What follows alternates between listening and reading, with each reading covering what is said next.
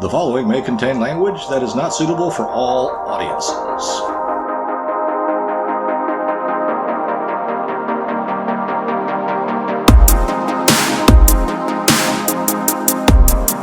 Hey everybody, thanks for finding us, and I just realized I smacked my lips just now. I know you hate when I do that. Yeah, but I also breathe heavily all the way through, so... Yeah, it's like being in a conversation with an obscene phone call with you. Matt and Dave here.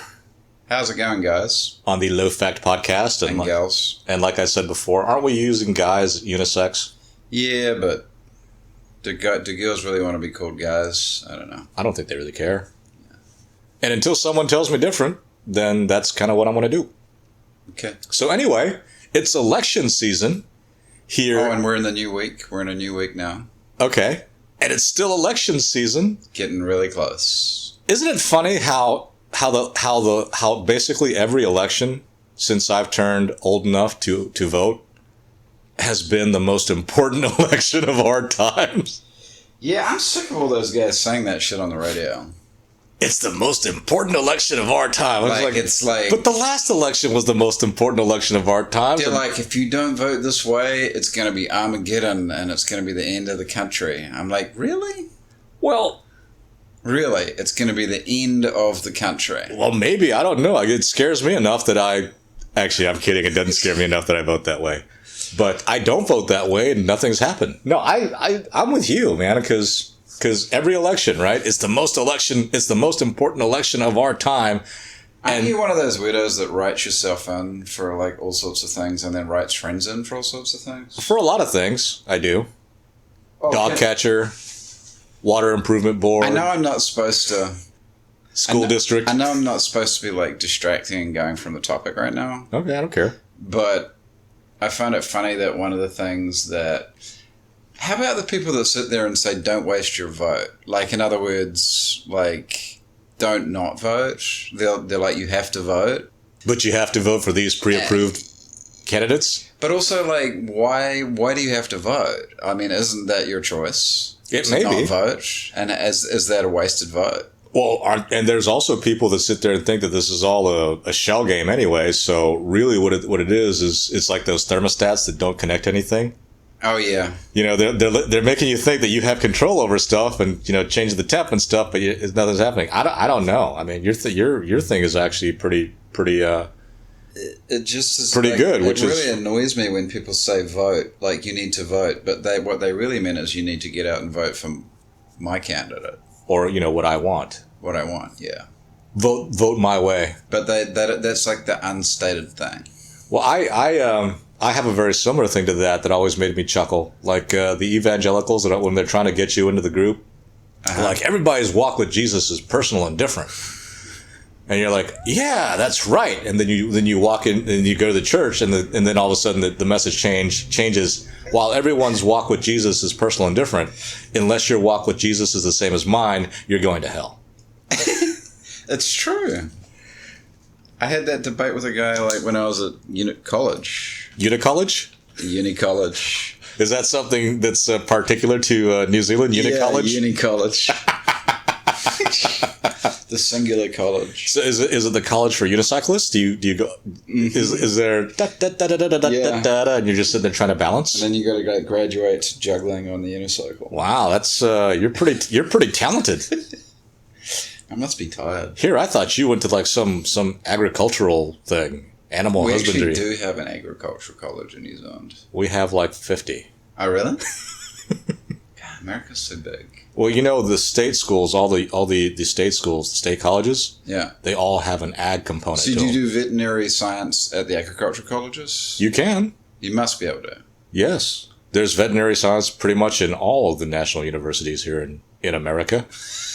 You don't have to talk to me like I'm some kind of retard. Well, you are a bit of a bumpkin.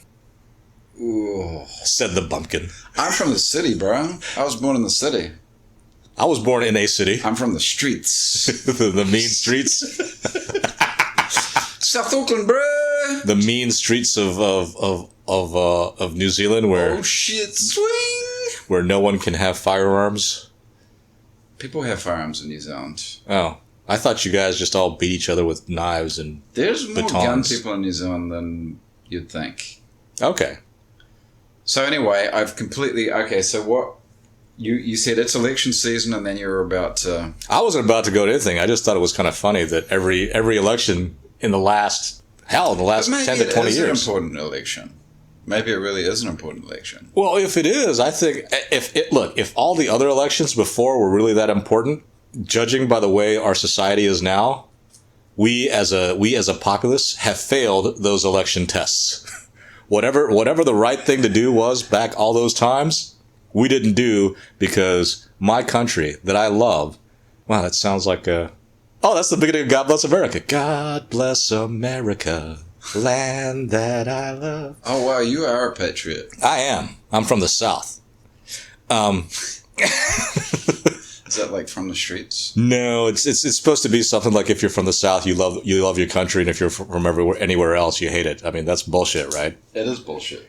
No, but like, I think that our country, the people of this country, have failed in a lot of ways, and it's apparent in the way things are right now. Well, they've definitely been asleep at the wheel as far as the kids go, I would say. As far as the new generation, the younger folks. Which is, in all fairness, a complaint that curmudgeon-y old men have every generation. Well, yeah, but if there really has been all this kind of leftist, socialist / communist, whatever you want to call it. I don't even think that's the problem. If there's been all this brainwashing going on. I don't even think that's the problem. Because that would happen in any society. No. Yes, in any society that wants to be large and bureaucratic. What, you're just going to powerful. Let all that shit infiltrate all the institutions? Or it just does? B. Okay. I don't believe that. But Sure. I mean, look, hey. I disagree. Okay, fine, but look at the various I think it's a religious institutions. No, but it's a what's the word? A vicious cycle? I don't know. No. That's two words. It's deliberate. It's a deliberate scheme. It's not like it just happens. Okay. But you maintain that if you have the large institutions, they're going to be socialist? If you have a large institution, it's going to be corrupt, no matter what the institution. If the institution is manned by people, we're going to find a way to make it dirty. But you're assuming that left-leaning stuff's dirty? No, left-leaning stuff has nothing to do with it. I'm just saying that it is in our nature to dirtify, to functify. But everything that we touch in large numbers. I'm saying that it seems like there's been a very targeted strategy to infiltrate. Well, yeah, but that's universities and then to brainwash that's because you're believing the argument against, right? Remember all the arguments. This is an argument against. Remember all the arguments that the leftists and the rightists have about each other. Yeah, and remember how those arguments are exactly the same. Yeah. Funny, isn't it? But I don't see there being a whole lot of conservative institutions that are being where conservative stuff. That's an oxymoron. Conservative institution. Yeah, and I don't mean conservative traditional, but conservative as in the whole idea of conservatism is antithetical to the idea of government. What about not Prague? Is it not Prague University? What's it called?